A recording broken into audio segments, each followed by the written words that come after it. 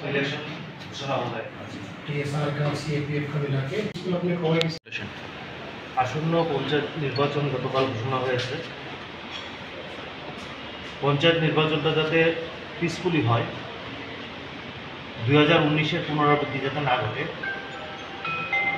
এই উপলক্ষে এবং এই পঞ্চায়েত নির্বাচনকে সামনে রেখে গত 9 তারিখ কল্যাণপুর আরডি ব্লকে একটা সর্বদলীয় সভা ছিল।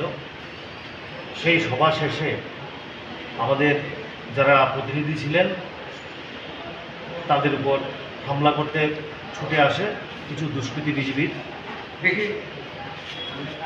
তারা প্রাণ ভয়ে বিডিওর চেম্বারে গিয়ে আশ্রয় নিয়েছিলেন সেই দিন।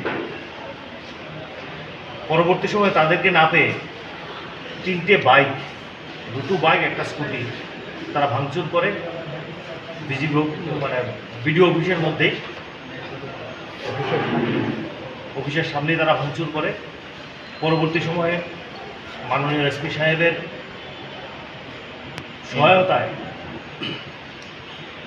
আমাদের যারা প্রতিনিধি ছিলেন তাদেরকে সেখান থেকে রেস্কিউ করা হয় এবং যার যার বাড়ি পৌঁছে দেওয়া হয় এবং কল্যাণপুর থানাতেও তাদের বিরুদ্ধে একটা মামলা দায়ের করা হয়।